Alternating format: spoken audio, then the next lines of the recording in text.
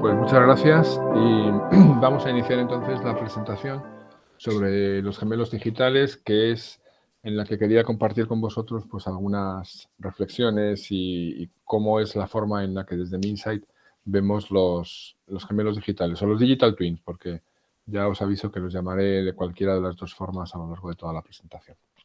Bueno, los objetivos que tengo en esta presentación es, en primer lugar, situar el digital twin en su contexto.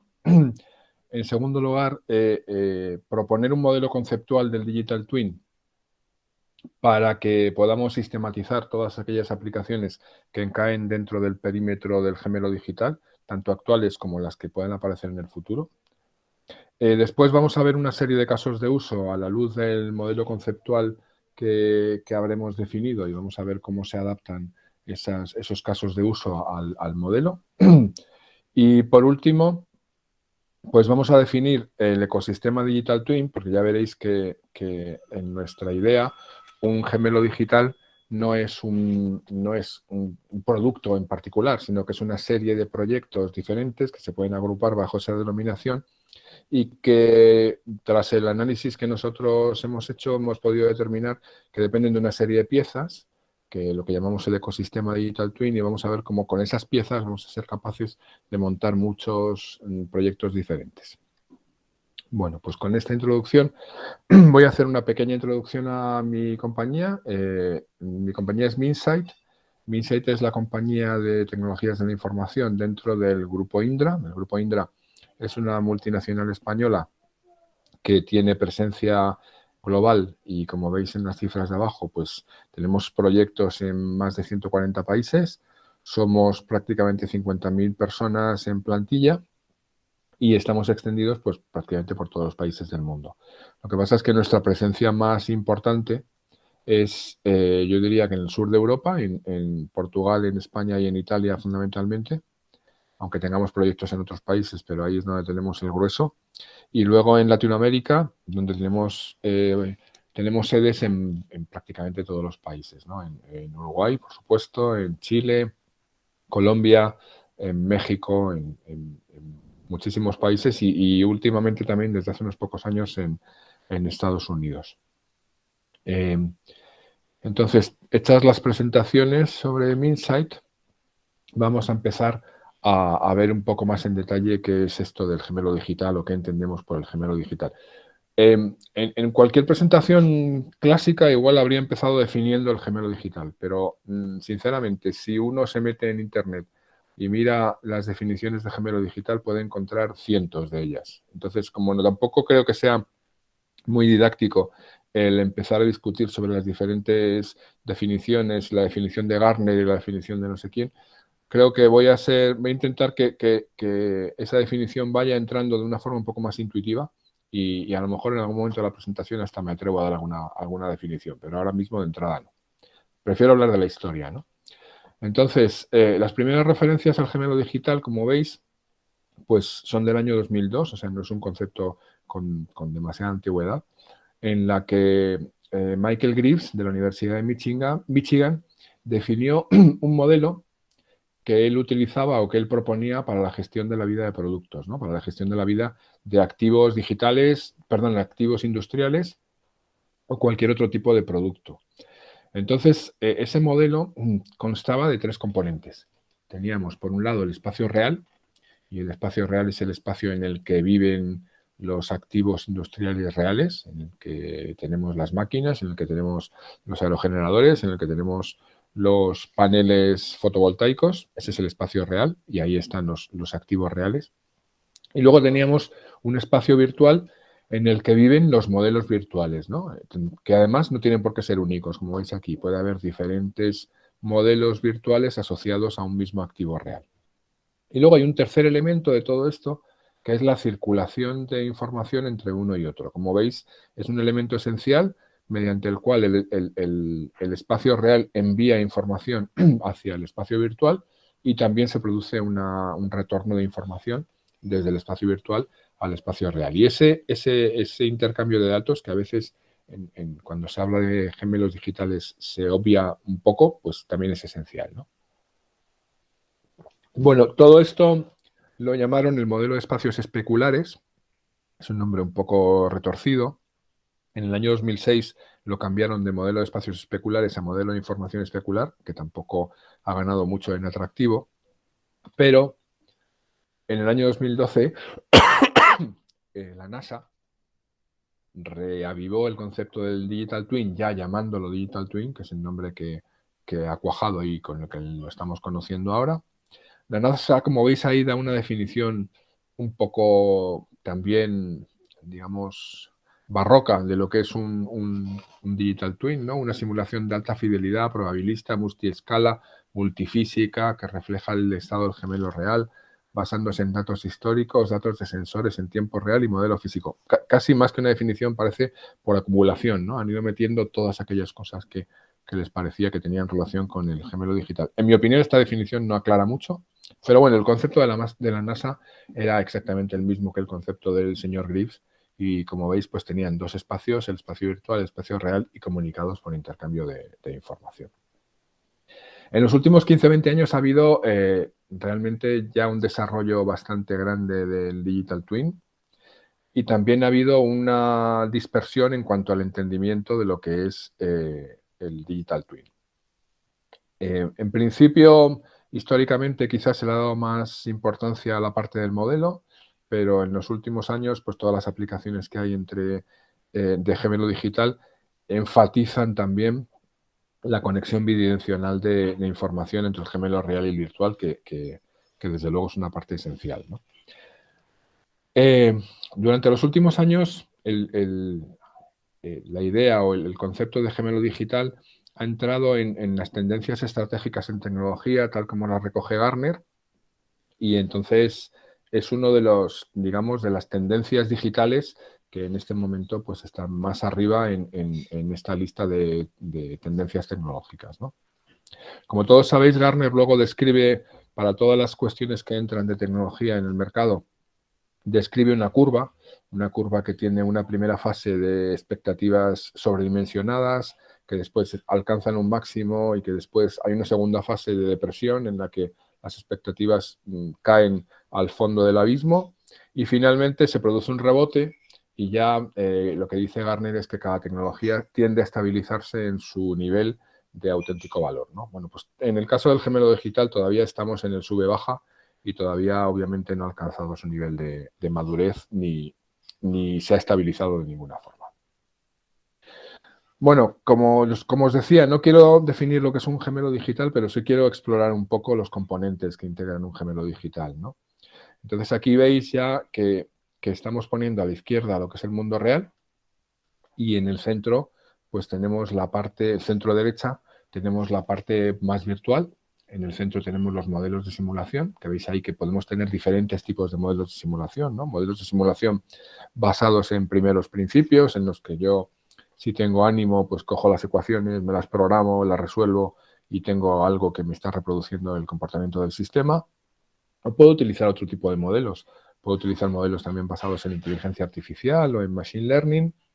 Puedo utilizar información de diseño que me dan los fabricantes muchas veces y hacer una especie de parametrización de esa información de diseño, interpolar ahí con diferentes parámetros. Y luego hay un tipo de modelos que también puedo utilizar, que son los modelos tridimensionales, que son un poco diferentes, pero que veremos que también es una de las partes integrantes del gemelo digital. Y luego, aguas abajo de toda esta parte de modelos, pues también tenemos cosas que ya no son gemelo digital, pero que podemos de alguna forma utilizar en conjunto con el gemelo digital, ¿no? Como es toda la parte de técnicas analíticas, como veis aquí a la derecha, de diagnósticos, sistemas expertos, pronóstico, optimización y demás. Son técnicas que cada vez están más estandarizadas. Podemos utilizar toda la parte de visualización, que sería pues las gafas de realidad virtual, los dispositivos de interacción, dispositivos móviles o pantallas directamente. Y entonces toda esta parte, sin ser gemelo digital estrictamente, pues sería algo que yo puedo poner a trabajar con el gemelo digital. Porque al final lo que es el gemelo digital es lo que tengo aquí en el centro. Es decir, tengo el mundo real fuera, tengo mi modelo aquí y esta capa intermedia que me he dejado sin analizar, pues es la capa de conexión. Es la capa que permite que la información fluya desde el mundo real hasta el mundo virtual, como habéis visto que decían todos los autores anteriores, y también que sea capaz de volver a retroalimentar información del mundo real, virtual, perdón, al mundo real. Esta parte de interfase entre el mundo real y el mundo virtual, pues es una parte que requiere de una serie de elementos, ¿no? Necesitamos tener un modelo de datos, como cualquier aplicación que esté trabajando con datos externos. Necesitamos tener una serie de equipamientos para la transmisión y, por supuesto, necesitamos que el sistema pues tenga unas condiciones de seguridad en la transmisión de toda esta información. ¿De acuerdo? Si os fijáis, y por hacer una llamada a determinadas cosas de las que se oye hablar mucho, en la parte izquierda tendríamos lo que se llama el mundo OT, de tecnologías de la operación, que es toda aquella parte de la informática que se dedica más a los dispositivos, ¿no? En la parte de la derecha tendríamos el mundo TI o IT, que es la parte de tecnologías de la información, la informática más clásica, más de sistemas, ahora mismo ya en la nube, pero bueno, puede ser en la nube o en cualquier otro tipo de soporte. Y tenemos aquí, estamos viviendo en la interfase entre el mundo real y el mundo virtual, que precisamente es la interfase IT-OT, y que además es un mundo pues que cada vez es menos interfase, ¿no? Porque, como sabéis, la tecnología de operación y la tecnología de información tienden a converger y ya llegará un momento en que probablemente sea difícil distinguir entre las dos. Bien, ahí están los tres elementos. Vale, entonces, creo que hasta ahora ha quedado claro que todo esto del Digital Twin se trata de combinar modelos, o sea, espacios virtuales con realidad. Pero nos podemos preguntar ¿para qué queremos combinar modelo y realidad, ¿no? Realmente, ¿qué es lo que vamos a sacar de ahí? ¿Cuál es el valor que vamos a extraer de esa combinación de modelo y realidad? Entonces, la combinación de el modelo y la realidad va a suponer una creación de valor que no siempre es evidente y porque no ayudan mucho en todas las infografías que podéis encontrar cada vez que entráis en Internet o entráis en un folleto de cualquier empresa en las que te hablan del gemelo digital. Porque cada vez que nos hablan del gemelo digital empezamos a ver este tipo de cosas. Entonces, este tipo de cosas, como veis, ahí tenemos pues unas representaciones un poco fantasmagóricas de unos entes ahí que están como flotando en el aire normalmente, ¿no?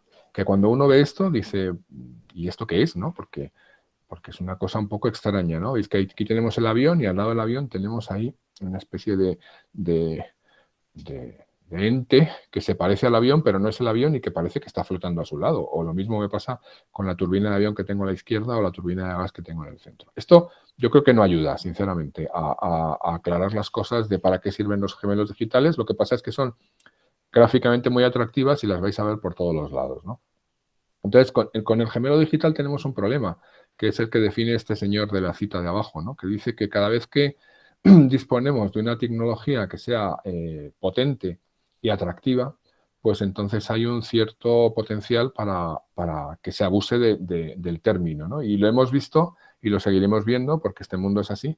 Lo hemos visto con toda la parte de Internet industrial, lo hemos visto con toda la parte de Industria 4.0, lo hemos visto con los modelos de inteligencia artificial o la analítica y lo vemos con el gemelo digital. Parece que todo sirve para todo y que cada vez que aparece una nueva tecnología es la que nos va a resolver la vida.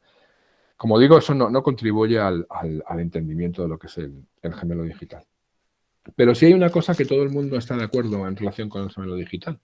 Aunque no todo el mundo se ponga de acuerdo en su definición, todo el mundo se pone de acuerdo en de qué color es el gemelo digital. Esto os puede parecer un poco raro, pero yo puedo decir sin ningún temor a equivocarme que el gemelo digital es azul.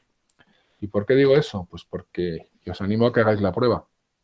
Si os vais a Google, ponéis gemelo digital o digital twin, que cualquiera de las dos valen, y vais a ver las imágenes, como he hecho yo antes de coger esta captura, pues vais a ver que las imágenes del gemelo digital son mayoritariamente azules, pero con una proporción súper elevada.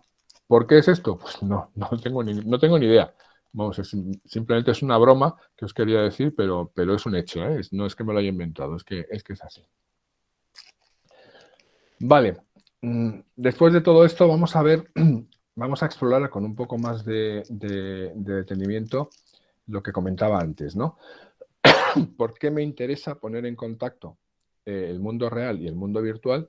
¿Por qué me interesa comunicarlos? ¿Y por qué esa comunicación realmente me va a dar valor? Y entonces aquí vamos a ver una exploración de 4 diferentes vías en las que puedo comunicar, no que puedo comunicar, sino que puedo explotar los modelos junto con la información que me llega de la realidad. Y como veis aquí a la izquierda, pues ya me he atrevido a dar una mini definición de lo que es un gemelo digital, y esta definición yo ya sí que me la creo. Y digo que un gemelo digital es una representación digital total o parcial, porque ya veremos que casi nunca va a ser total, siempre va a ser básicamente parcial, de una entidad o sistema real que incorpora y procesa datos del mundo real. ¿Vale? No es una definición que cierre el tema, pero he intentado dar lo más simple y lo que yo creo que recoge los elementos esenciales, como veis aquí, ¿no? Realidad, modelo e intercambio de información. Bien, pues vamos entonces a explorar con más cuidado estas 4 vías de explotación de los gemelos digitales. Y vamos a ver un primer caso, que es cuando utilizo el modelo como referencia de comparación, ¿no? Y para esto, y sobre todo para ayudaros a que os acordéis, pues resulta que vamos a utilizar el principio de Ana Karenina, ¿no? La primera frase de Ana Karenina es esta que tenemos aquí, de que todas las familias felices se parecen unas a otras, pero cada familia infeliz lo es a su propia manera. Entonces voy a hacer una identificación de lo que sería la familia feliz con el modelo virtual, que el modelo virtual en principio solamente tiene una forma de comportarse, es decir, si yo hago una simulación o una modelización de cualquier activo físico, se va a comportar igual hoy que mañana si vuelvo a arrancarlo otra vez, no vive la degradación, no envejece, no hay nada que le afecte, no le afecta al medio ambiente, los modelos son bastante inmutables, ¿no? Entonces, por eso los identifico con la familia de feliz, porque parece que solo tienen una forma de comportarse correctamente. Mientras que a la realidad, pues todos tenemos experiencias, se identifica mucho más con las familias infelices, porque la realidad tiene múltiples y constantes oportunidades de desviarse del comportamiento. Cuando uno diseña una máquina o un sistema, pues a partir del día 1 resulta que el sistema tiene defectos de fabricación, resulta que las condiciones ambientales lo afectan, resulta que todas las piezas empiezan a tener desgastes. En el momento en que salimos con el coche nuevo por la puerta de la tienda de coches, el coche, aunque no queramos pensarlo, pues ya está empezando a degradarse. Y por tanto, esas degradaciones y esas múltiples causas que lo pueden afectar hace que en la realidad las cosas se desvíen de su comportamiento ideal prácticamente de forma continua, ¿no? Entonces, esto es lo que nos va a servir pues para precisamente detectar esas desviaciones y ser capaces de tener un conocimiento de esas posibles desviaciones de la idealidad o posibles causas de avería, un conocimiento que nos puede ayudar mucho, pues por ejemplo, al mantenimiento de los activos, ¿no? Fijaos que aquí tengo una instalación compleja, como puede ser en este caso pues una central nuclear, que estoy comparando con el modelo de la central nuclear. Esto es un caso real, es un proyecto nuestro. Entonces yo tengo un modelo de la central nuclear en el que tengo aquí todas las tuberías, todos los posibles flujos y demás. Este modelo nunca se me va a degradar, nunca en la vida. Entonces lo que hago es constantemente estoy enfrentando el comportamiento del modelo con el comportamiento que observo en la central nuclear, que desgraciadamente sí que sufre sus cuestiones y sus desviaciones, ¿no? Entonces, mediante la comparación de ambos, tan sencillo como esto, yo soy capaz de calcular unas desviaciones y a partir de ahí, pues ser capaz de detectar fallos incipientes, ser capaz de detectar ineficiencias en los procesos, un proceso que está funcionando pero no lo está haciendo de forma eficiente, o ser capaz de detectar degradaciones, ¿no? Entonces, como os decía, pues la realidad, al encontrarse sujeta al caos y a la decadencia, es evidente que va a intentar o va a estar todo el rato desviándose, y el modelo que no se desvía pues nos sirve como un punto de referencia ideal para detectar desviaciones. Normalmente, lo que solemos, ya cuando entramos más en detalle, lo que solemos decir de las desviaciones es que son simplemente la resta de lo que estoy observando en la realidad menos lo que me está prediciendo el modelo, ¿vale? A esas restas le llamamos desviación o le llamamos residuos también muchas veces, ¿no? Que es cómo se está desviando la realidad de lo que estaríamos esperando de ella. Pueden ser por degradaciones inherentes, pues lo que tenemos aquí, desgastes, ensuciamientos, obturaciones de orificios, desequilibrios, o pueden ser defectos en la operación de los sistemas, puede ser malas prácticas de montaje. A veces ocurre que tras inspeccionar cualquier máquina, si se produce un error en el montaje de la máquina, cuando la arranco, pues tiene un comportamiento erróneo, a pesar de que acabo de hacer el mantenimiento sobre ella. Bueno, esto lo podemos detectar comparando con la referencia del modelo. Operaciones incorrectas, defectos de calidad en materias primas, es decir, una serie de diferentes causas que vamos a ser capaces de detectar. Y además, si recordáis el dibujo que mostraba antes, en el que estaba enseñando que aguas abajo de los modelos yo puedo seguir empleando una serie de técnicas de analítica para tratar la información que salga de todo esto, bueno, pues resulta que estas desviaciones o estos residuos de los que estoy hablando son una materia prima ideal para después aplicarles técnicas de clasificación, técnicas de diagnóstico, técnicas de sistemas expertos para poder pues entender qué es lo que está pasando e incluso en algunos casos poder llegar a dar recomendaciones respecto de lo que se debería hacer. Vale. Bueno, pues esto es, el anterior era el modelo como referencia de comparación, que era el primero de los casos en los que yo quería mostraros cuál es la fuente de valor, ¿no? de utilizar un modelo con datos reales. Vamos al segundo caso que os quería enseñar y que es el modelo como explorador. Entonces, para actuar como recordatorio de este caso de uso o de esta vía de utilización, pues quería recordaros esta película, que no sé si la habéis visto alguno de vosotros, que se llama El Día de la Marmota, y que, si intentando no destrozarla demasiado para el que no la haya visto, resulta que es un señor que se ve condenado a vivir el mismo día una y otra vez, porque cada vez que se levanta por la mañana e intenta atravesar el día y va pasando por una serie de vicisitudes, pero cuando hace las cosas mal, que es casi todos los días, inmediatamente vuelve otra vez a la mañana y vuelve otra vez a despertarse y vuelve otra vez a tener otra oportunidad de navegar el día este, ¿no? No os cuento el final, pero bueno, a ver, no hay que pensar mucho para darse cuenta de que el final va a ser una búsqueda de cuál es el día perfecto y el día en el que hace todo bien, ¿no? ¿Por qué? Porque él ya ha tenido la ocasión de explorar cada una de las cosas que le pueden salir mal y a partir de un determinado momento, como va aprendiendo, pues va intentando evitarlas.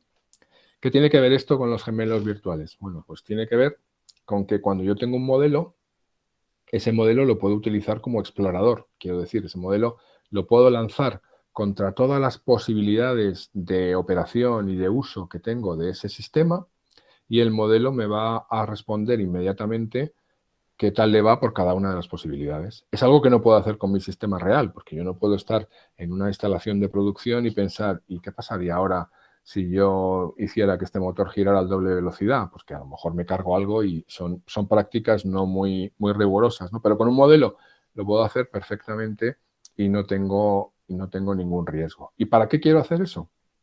Pues quiero hacer eso porque mediante esa exploración del espacio de fases, el modelo me va a buscar, o si yo lo dirijo bien, me va a buscar puntos óptimos de operación, puntos en los que a lo mejor voy a operar un determinado sistema empleando la mínima energía, o puntos en los que voy a operar en el máximo rendimiento energético, que es básicamente lo mismo, o puntos en los que voy a estar emitiendo la menor cantidad de contaminantes.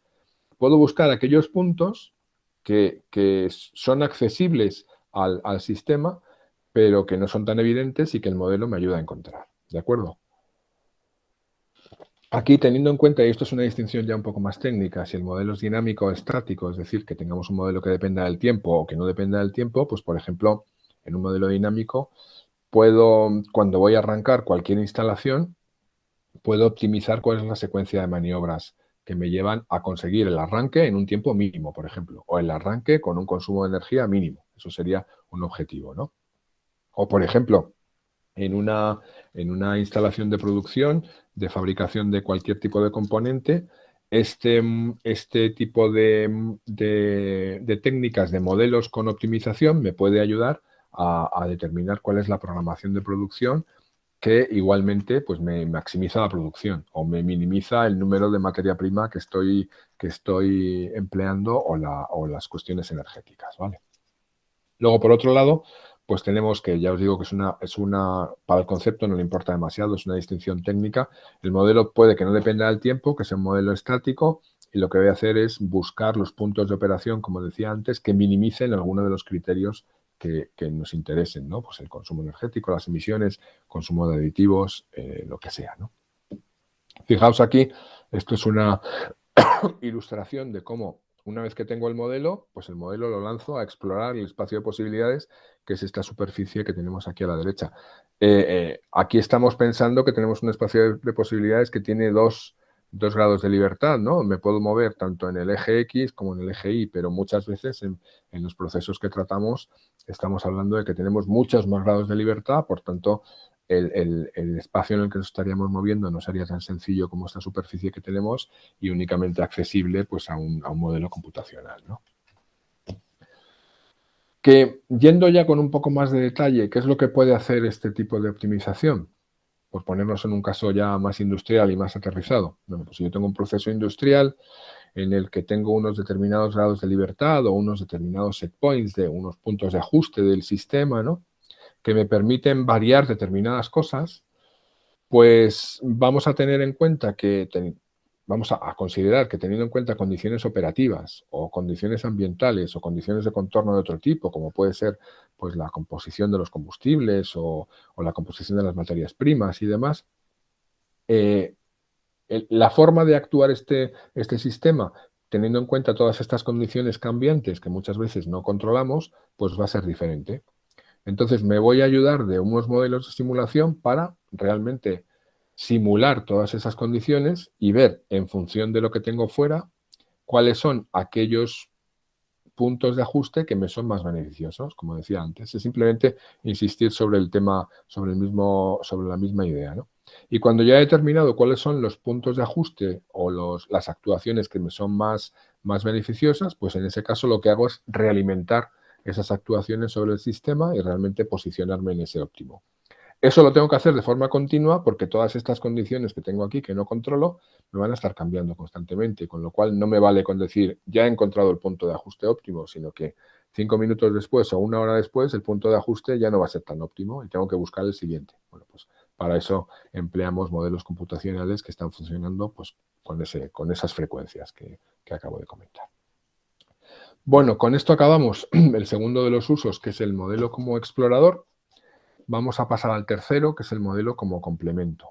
Y yo creo que este es muy sencillo de entender porque simplemente hay que tener en cuenta una cosa. Cuando yo tengo un modelo de una instalación y ese modelo lo tengo ya situado o digamos, posicionado en las condiciones en las que está actuando esa instalación, digamos que ya de pronto tengo como superpoderes, ¿no? ¿Por qué? Porque no solamente conozco el valor de los valores de instrumentación que me está mandando el sistema y que por supuesto son finitos y son los que hay, ¿no? No se suele medir en todos los lados, se miden una serie de sensores y esa es la información que me llega del sistema. Pero cuando tengo un modelo que está funcionando en las mismas condiciones que en la realidad, el modelo por definición me da unas posibilidades de medir prácticamente en cualquier sitio. Por ejemplo, os digo un ejemplo. Tenemos aquí un rotor de un motor, podría ser un generador, y quiero saber la temperatura de los devanados. Obviamente, si no tengo un sensor de temperatura en los devanados, no la voy a saber. Pero si tengo un modelo que me esté reproduciendo el comportamiento de este motor, que tiene un modelo térmico para ver qué intensidad está pasando por los conductores y cómo se está refrigerando este motor, puedo calcular esa temperatura en devanados constantemente, sin ningún problema. Eso es lo que vamos a llamar sensores virtuales. Estos sensores virtuales, como por ejemplo en un aerogenerador, yo puedo tener algunos sensores de medición de velocidad de viento y demás, pero en general no los tengo instrumentados para que me den las tensiones y deformaciones en el mástil.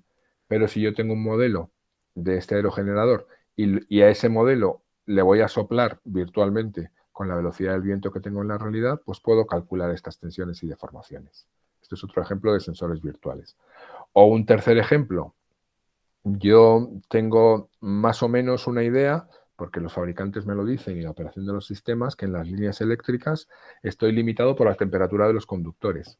Pero esa temperatura de los conductores, aparte de por la intensidad que les circula por ellos, viene influida pues, por las condiciones de radiación solar, por las condiciones de temperatura del aire, con lo cual si yo tengo un modelo térmico del conductor, puedo calcular las condiciones de temperatura o la temperatura en las condiciones reales de funcionamiento y eso me va a permitir saber exactamente cuál es el límite del conductor y no tener un límite basado únicamente en potencia de transmisión, sino realmente en un sensor virtual de temperatura.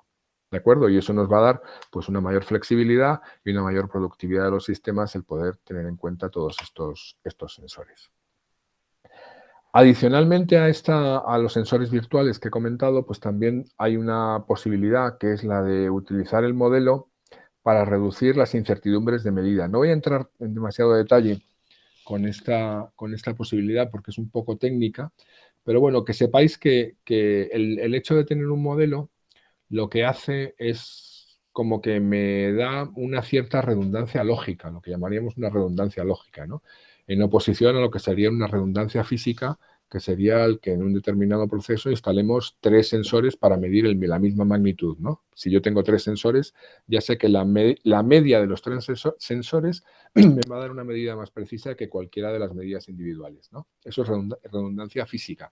Bueno, pues la redundancia lógica es como utilizar el modelo para que el modelo me haga una especie de filtro de viabilidad física y ese filtro de viabilidad física también me supone una disminución en la incertidumbre de las medidas. Como digo, esto lo he mencionado muy por encima porque explicarlo detalladamente nos llevaría bastante más tiempo. Vale, y por último, pues vamos a ver el modelo como representación 3D de la realidad. Este es una última vía de uso. Estamos hablando de, y yo creo que esto todos lo tenemos muy claros, la posibilidad de construir mundos virtuales, como en la película esta que se llama Ready Player One. Mundos virtuales en los que podemos interactuar con ellos de una forma muy natural, porque nos dan una orientación espacial, tenemos una interacción muy, muy, muy natural con todos los elementos que tenemos ahí.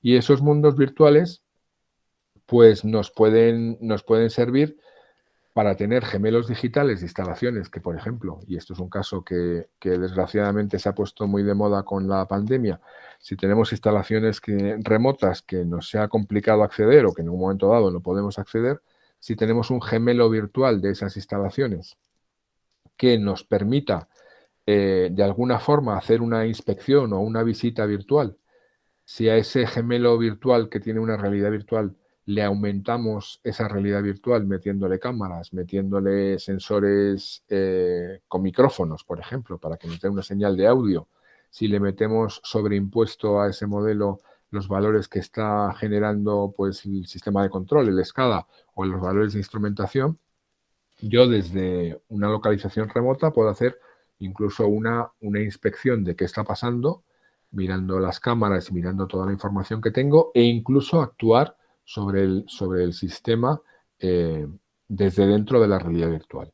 Esto es un caso de uso que hemos visto, como os decía, que con la pandemia pues estamos empezando a ver mucha demanda de este tipo de casos de uso y creemos que en el futuro van a proliferar, ¿no? Esto es una cuestión más concreta, ¿no? Se trata de hacer un gemelo virtual de una central hidráulica para poder vigilar, por ejemplo, las tomas de agua de la central hidráulica con unas cámaras remotas, como estas que tenemos aquí, cámaras 360 grados, desde un entorno con unas gafas de realidad virtual. Yo estoy viendo exactamente en qué situación están las rejas, por ejemplo, de entrada, y si veo que las rejas están muy obturadas, pues desde dentro mismamente de la realidad virtual puedo lanzar una secuencia de limpieza de rejas y demás, ¿no? Esto es una operación que normalmente se hace presencialmente, pero que se puede hacer en virtual también.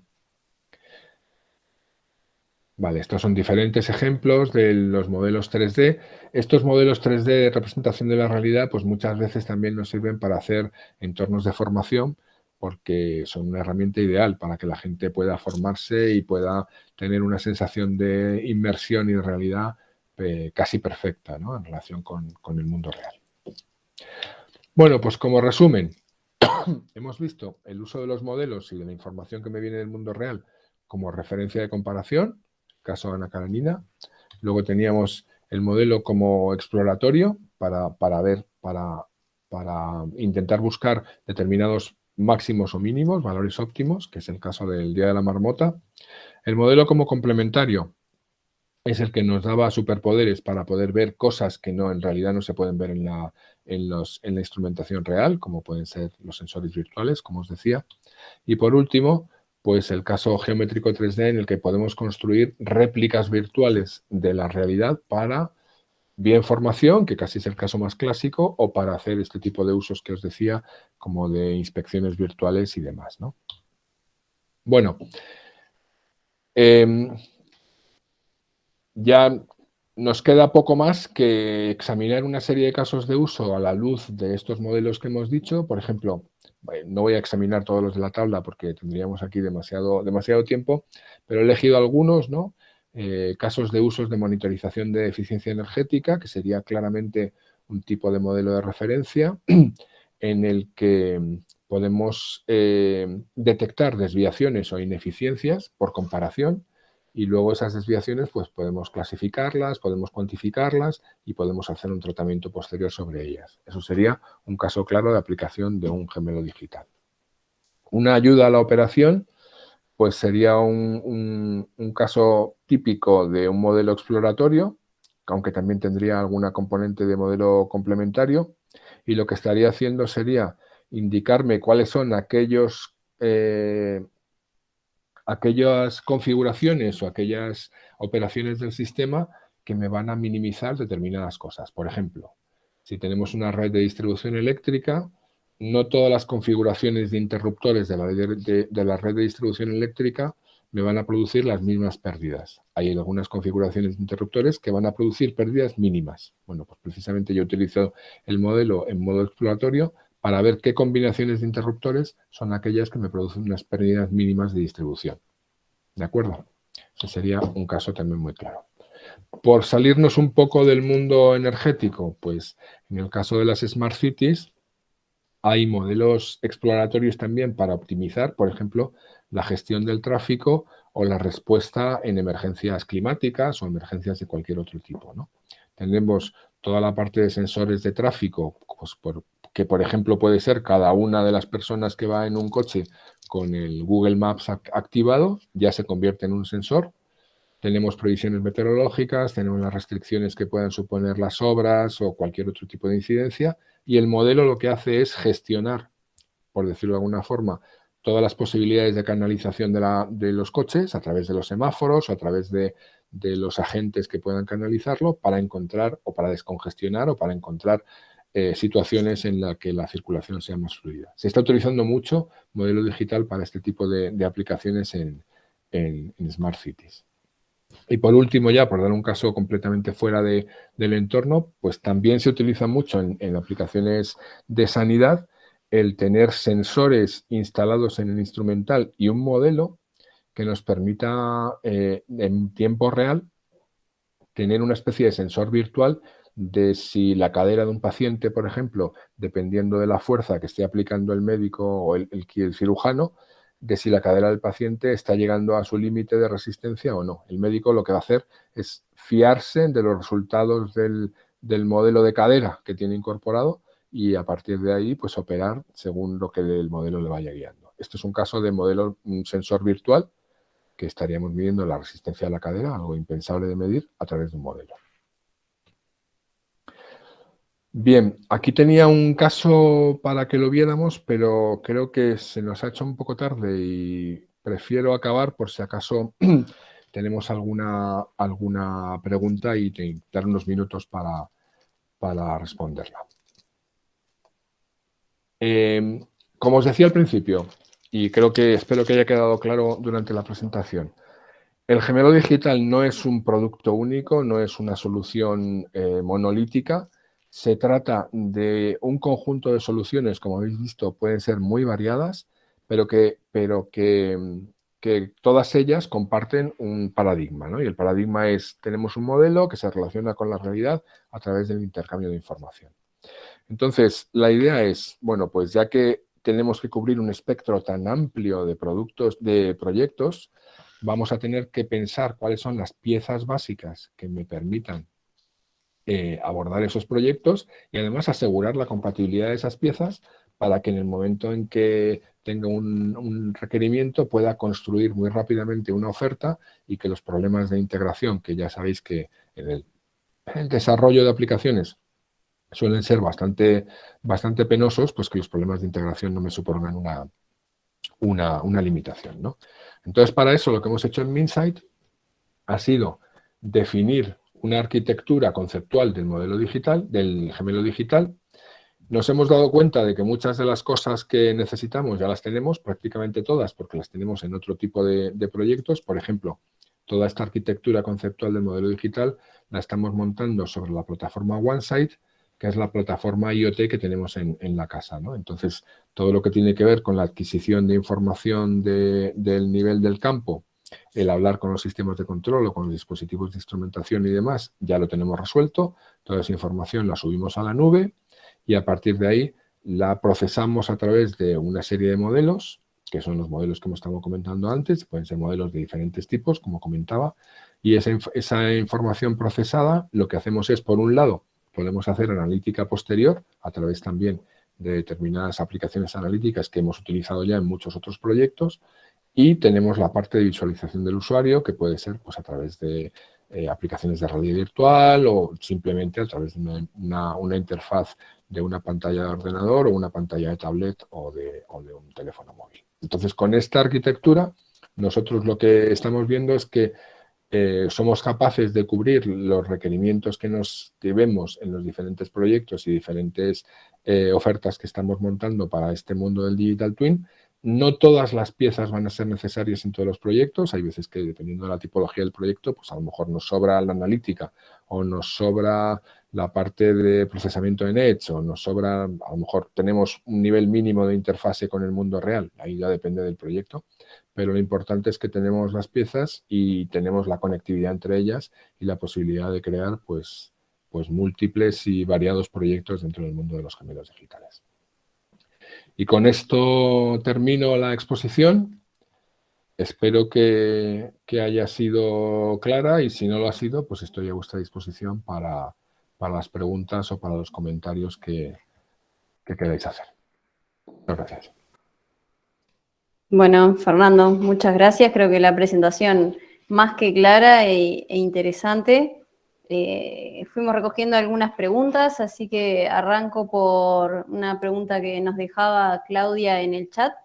Cuando hacía referencia al modelo como referencia de comparación y hablabas de que no se va a degradar el modelo, pero con el tiempo se pueden identificar mejoras en el modelo, ¿no? Que no sean necesariamente desviaciones o fallas. ¿Es posible identificar estas mejoras y aplicarlas en el modelo? A ver, cuando necesitamos que el modelo sea una referencia de comparación, esto es un poco paradójico, pero cuando necesitamos que el modelo sea referencia de comparación, precisamente lo que nos interesa es que el modelo no varíe, porque si el modelo varía, la posibilidad de detectar desviaciones disminuye, ¿no? Entonces, en ese sentido, eso es una cosa que parece extraño, pero en realidad tenemos que tener un modelo como congelado, por decirlo de alguna forma, ¿no? Cuando utilizamos el modelo para otras aplicaciones, como por ejemplo el caso exploratorio, en ese caso, lo que necesitamos es que el modelo se parezca lo máximo posible a la realidad, con lo cual sí que nos interesa a lo mejor de vez en cuando y periódicamente lo que nosotros llamamos ajustar el modelo o reentrenar el modelo, para que ese modelo se vaya ajustando a las posibles variaciones que tiene la realidad. ¿Por qué digo eso? Porque si yo utilizo el modelo como modelo exploratorio y resulta que encuentro un punto de operación que es un óptimo fenomenal y que ahí estoy trabajando con un consumo energético bajísimo, pero ese modelo ya no me responde a la realidad, pues entonces el óptimo que creía haber encontrado no va a ser tal óptimo y cuando vaya en la realidad no lo voy a encontrar. ¿Vale? Entonces, esa es una consideración que tampoco me había querido meter mucho en cuanto a la precisión o a la fidelidad del modelo, pero fijaos que dependiendo del caso, en un caso nos interesa que el modelo sea súper fiel a la realidad, porque quiero que realmente ese modelo me dé un valor exacto de lo que puedo esperar de él, y en el otro caso no quiero que el modelo sea fiel a la realidad, quiero que el modelo esté congelado en un momento del tiempo y me sirva para detectar desviaciones.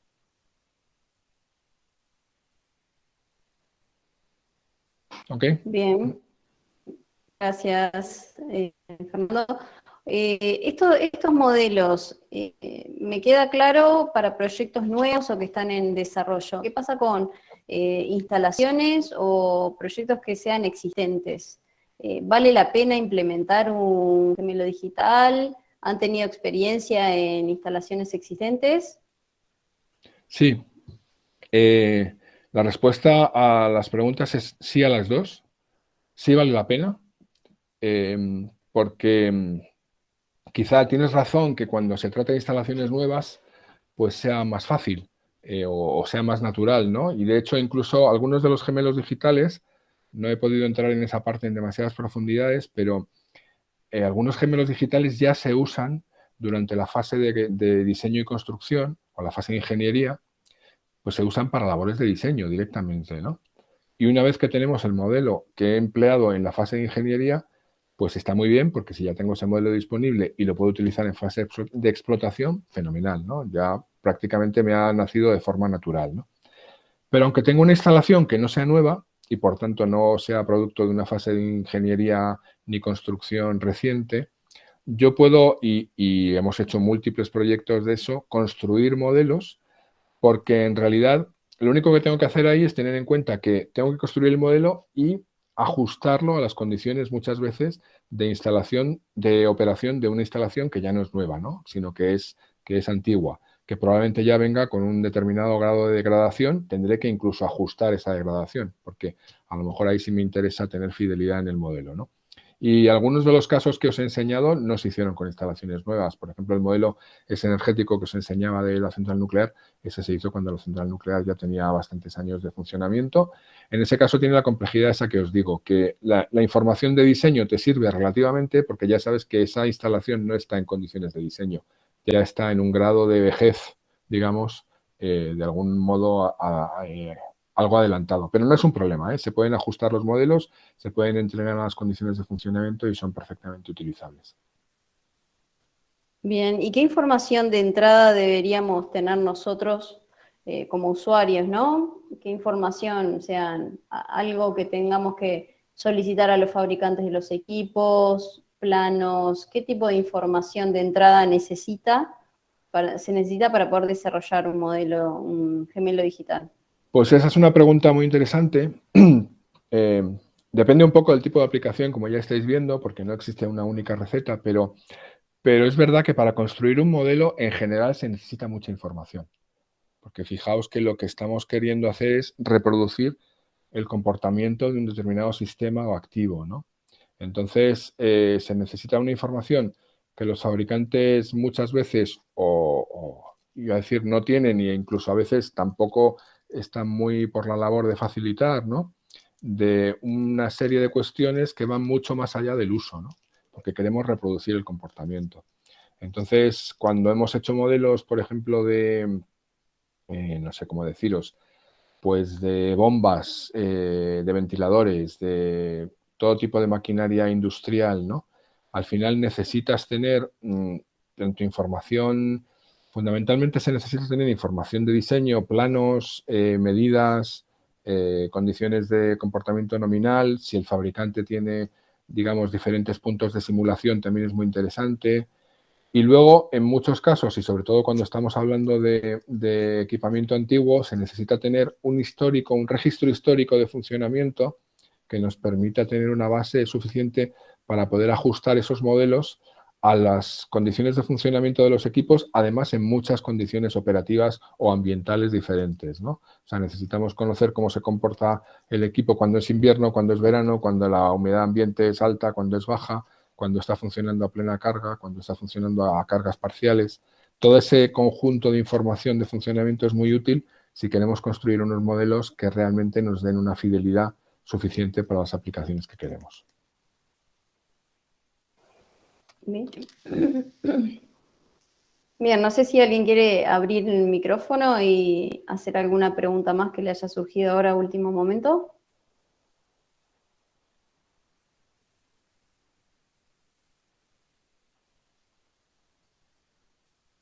Bueno, entonces, si les parece, podemos ir cerrando por acá. Igualmente, si después tienen alguna consulta, se las hacemos llegar a Fernando para que pueda trasladarnos los comentarios.